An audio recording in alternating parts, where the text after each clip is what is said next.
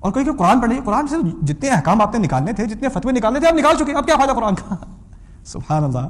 جو کلام بدترین سوسائٹی کی صفائی کے لیے آیا تھا، ایسی سوسائٹی رسول صلی اللہ علیہ وسلم کو ایسی سوسائٹی میں بھیجا گیا جس میں کوئی آپ کسی ایک گندگی کا خیال کرنے وہ سوسائٹی میں موجود ہوگی، اس کی صفائی کے لیے جو قرآن آیا تھا، اب تمہیں اور مجھے اس کی ضرورت نہیں ہے، اس میں سے جو نکالنا تھا نکل چکا.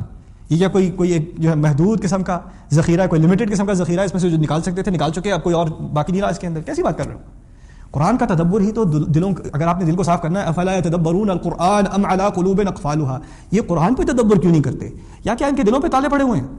یہ قرآن کا اپنا سوال ہے. تو کیا تدبر قرآن کا مطلب ہے اس میں سے فتوے نکال کے بس فارغ کرو قرآن کو؟ بس اب مجھے یہ بتا دو حلال و حرام کیا ہے. جتنا ہماری امت کا فاصلہ قرآن سے ہوا ہے، اتنی ہی ہمارے اندر برائی آئی ہے، اتنی ہی خرابی آئی ہے. اور جتنا ہم قرآن سے قریب ہوں گے اتنا خود ہی خرابیاں دور ہونی شروع ہو جائیں گی. لوگوں کی اصلاح فتوے سے نہیں ہوتی.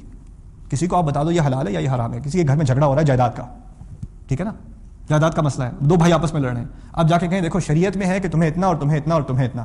او اچھا شریعت میں ہے، میں تو بھول گیا تھا یار، چلو مسئلہ ہی حل ہو گیا ایک فتوے کے بعد. ہوتا ہے ایسا کیا؟ کہتے ہیں ہاں پتہ ہے ہمیں پتہ ہے مولوی صاحب، لیکن یہ اور بات ہے، کچھ اور بات ہو رہی ہے. ابھی جو شراب بیچ رہا ہے مسلمان، اسے نہیں پتا کہ شراب حرام ہے؟ پتہ ہے.